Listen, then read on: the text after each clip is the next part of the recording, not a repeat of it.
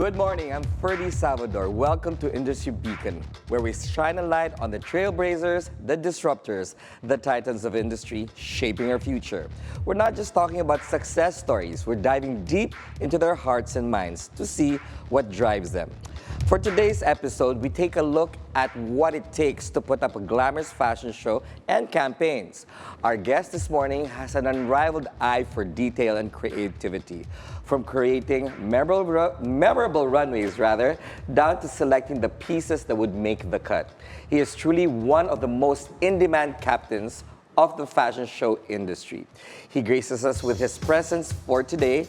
We are joined by the one and only Direct Robby Carmona. Good morning, Direct Robby. Good morning, my dear friend Ferdi. Thank you so much for taking time out and joining us this morning. Thank you too for inviting me. There's a lot of people that want to know about you as being a titan of industry because obviously you're on top of your game. When people say a fashion show or an event or anything that's got, any exposure in terms of like publicity of brands and stuff like that, top of mind is Robby Carmona and his team. Thank you. But what I would like to know is how you started. I actually started as a model back in the late 80s when I was still in high school. I joined this modeling competition. It's actually a sports brand who were looking for their image models. Yes. And out of hundreds who auditioned, I was one of the winners. And then from then on, after my contract with them, I started again working as a model, still entering an agency, doing a lot of fashion shows, print ads, and then commercials. And then from then,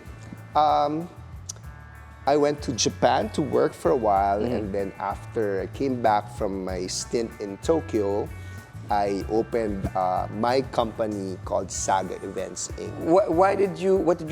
How did you come up with the idea of opening your own agency or company? Well, when I was modeling, when I would do a fashion show, of course with another director then, I would look at the backdrop, the music that they would do, the choreography, and I would tell myself, what if I'll be the one to direct this? What backdrop will I use? Yes. What music will I play? What blocking or choreography will I be doing as well to the models? So you're already disrupting it in your mind.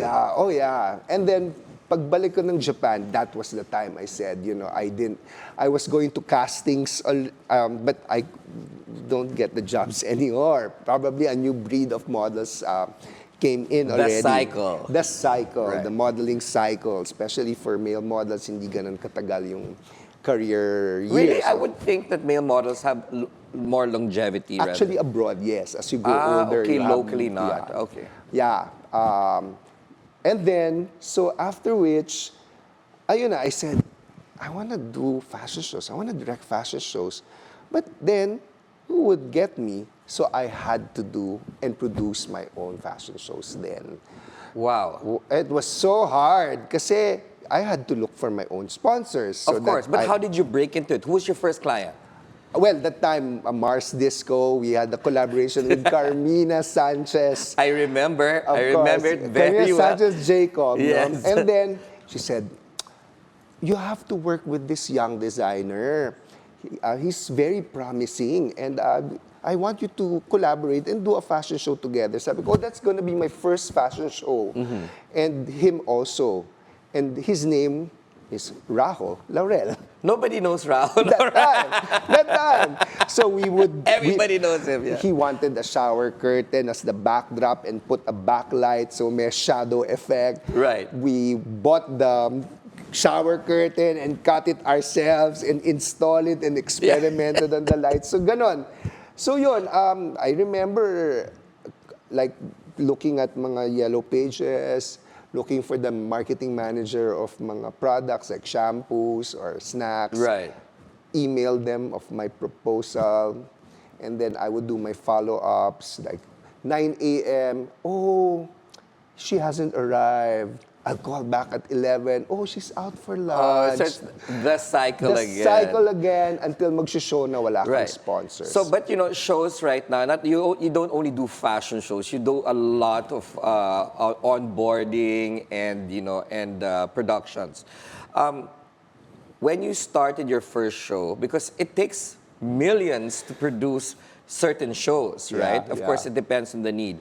How much was your first budget for your first show? I was paid a gift certificate and a bottle Of spirits. of spirits that time. And I'm sure you were happy at that time. super, no? Ang saya ko na no? And then I remember my first biggest paycheck was like 12,000 pesos. And that would cover me. Did you throw a party on the streets because it was 12,000? But I was happy because my month expenses have already been covered. Nice. So, but now, for example, I'm a brand, okay, and I want to throw like an annual fashion show. Normally, what's the range? I won't ask for specifics or clients, obviously. It really depends on The largest that you've ever.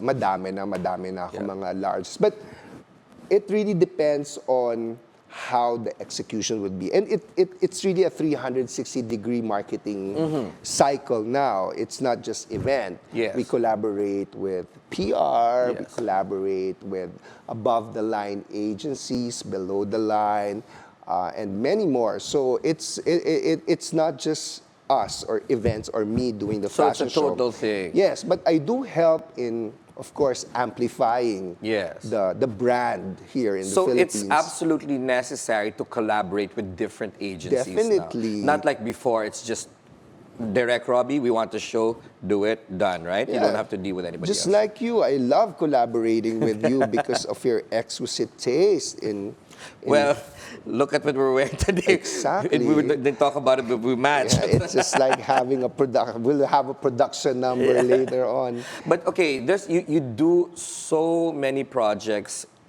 throughout the year.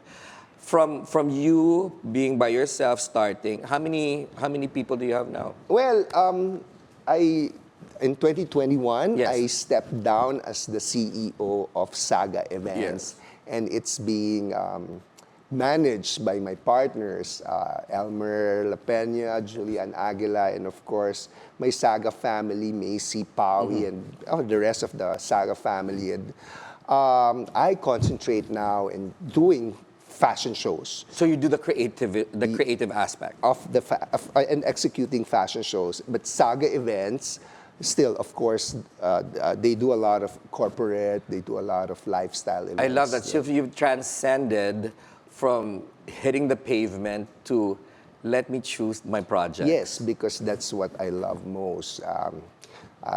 My first love is really fashion show directing. Though I can direct celebrations, I can direct a lot of basically everything. Yes. What would you say? You're more the creative or you're more the business side? Left brain or right brain? Creative. Creative. So this is, would you say that a successful creative genius like yourself needs a business manager? Yes, I do agree. That's an advice that you would give. Yes, and that's the reason why, in the past, I wanted to go to school and take up this course called Creative Entrepreneurship so that it can balance my left and right brain. Nice. But I was denied an entry because I did not finish college. So my tips for everyone, my advice is finish school, guys, because you would need that diploma. So eventually, I said, I really wanted to take that up so that I can bring it back home in the Philippines. Yes. And, teach the same course to the students here. So that especially the ones in the creative industry, so that they could also run their business while enjoying. But that's the irony of it. You were denied access to this program, but you can actually be the professor right now. So it's full circle. I love it. Yes, I love it is. But you know what? Being a creative powerhouse, obviously, you can run out of creative juices. Yeah. Or I do you? Yeah, but I have to admit to my team. Because the first thing that you have to do is to admit that, I think I'm almost in the verge of running out of ideas. Yeah. So, but what then? Where do you seek your inspirations? You know, you believe it or not, first, even before, I get new ideas from a moving vehicle. Ke tricycle yan, ke whatever, bicycle yan. As long as I'm in a moving vehicle, my mind is also moving. Interesting, no? A lot of people don't have that. That's a talent. Yeah. I just stare or stop and then immerse myself in that moving idea. No? Yes. And then yun, eventually my mind is really also moving with new ideas. And Yes. of course, aside from that, travel is Yeah, very... you've got a travel bug that's innate to you. It is, So what about local travel, international travel? What influences you? Yeah, both. Top five influences. Traveling, Traveling. because I love going to museums. As a matter of fact, I just saw the exhibit of Kenzo in Japan. Nice. Amazing. I mean, the timeline, the first sketches, the tableau of his collection. Whoa, mind-blowing. And then also just sitting down in a cafe, and do people watching, what they wear, how they move. That gives me new ideas in terms of how I would ask the models to project or even Yes. So do the you already walk on the told me runway. 3, but Robbie will be right back. We're right. going to go pick up from this. And we're taking a quick break. Industry Beacon will be right back. Stay with us.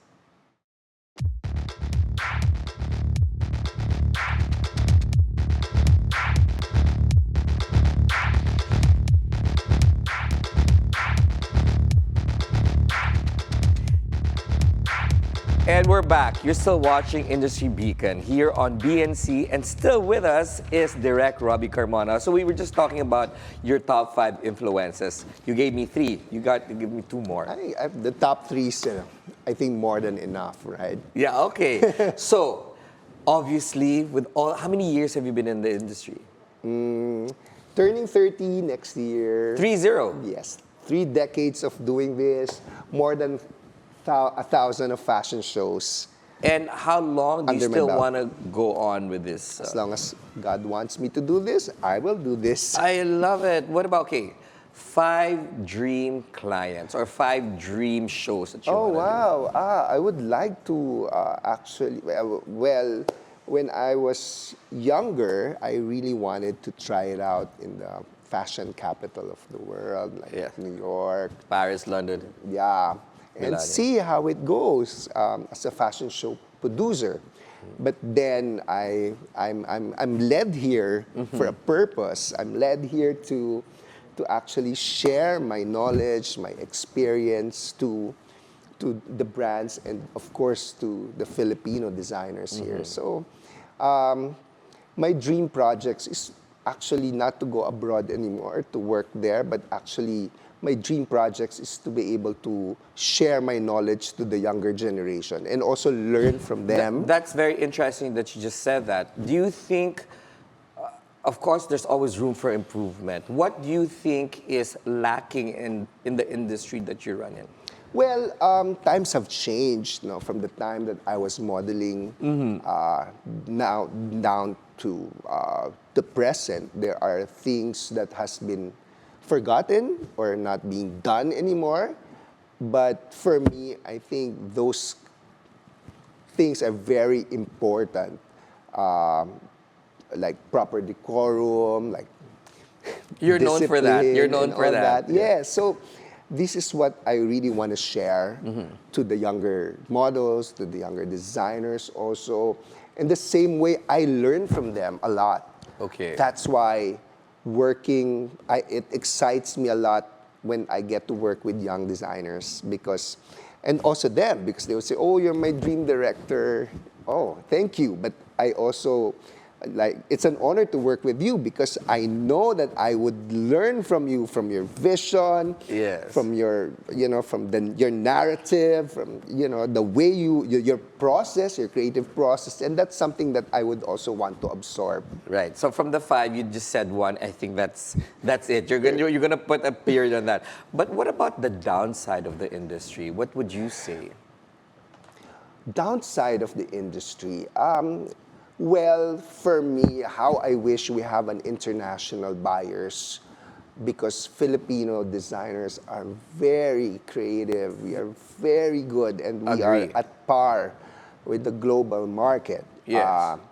And I would wish one day that there will be a lot of foreign buyers that would get buy from the Filipino designers. Maybe you can champion that, Direct Robby. Why not? Why Yes. not? Why not? What And- about the upside of your industry? Oh, it's nowadays it's an open market also. We models. I'm happy for the models that I see them on the international runway. And you've actually chosen a lot of them. One famous one when she was just starting, as Wilma doesn't. With your, that's a story that's been told time and time again. But you've chosen, you've nourished a lot of models that are on the international stage. Would you mind mentioning some of them? What's also interesting about it is when I see them transitioning from a model to something bigger, something better for them. Like Wilma became an actress, and she is still, you can still see her on TV, but more importantly, she's a businesswoman now. Right, she is quite. And a mother. Yes. And a wife. Any exciting new projects that's up your sleeve? Oh, we'll be working for a beautiful fashion show for our dear friend Dennis Lustico next week, and I'm very excited with that. And of course, Bench. I do a lot of the Bench fashion shows. That's an annual thing, no? Oh yeah, we just finished the Bench Fashion Week, and for me, working with my Bench family is always exciting because it gives me the chance to create new ideas on the same area, Right. but try to change it every season, and that's very exciting. Yes, but this is not a normal question for your industry. What about the sustainable or charitable aspect of your work? For me, I could see it in the, it's very timely on the LED now. I'm here now not just to direct fashion shows, but I'm also here transitioning for more purposeful events that I would be directing. Nice. Like last year, I'm part of this organization or foundation called I Want to Share Foundation, headed by Sheila Romero, who's also a good friend of mine. And we help a lot of kids with cancer in PGH. Wow, fantastic, fantastic. And we had a gala event last year that we were able to raise a lot of money. I love it, I love it. This is why you're on top of your game. Last question very quickly. What is your biggest mistake or greatest mistake? Oh, I already mentioned it earlier, not finishing school. Wow. So, There's still time. exactly. So, if I have time, I go to school. Like I went to Harvard for a while, and I plan to go back to school also. And probably put up a school myself. You keep evolving. That's amazing. Any advice very quickly to people that want to be like you? Don't lose the passion. Got it. Okay. Don't lose the passion. Be the best that you can be. Thank you so much, Robby. And that's it for today's show. I am Ferdi Salvador. Catch the Billionaire News channel on Free TV Channel 31 and on cable via Cignal Channel 24. Thanks for watching the Billionaire News channel. Always on top. Have a happy weekend, everyone.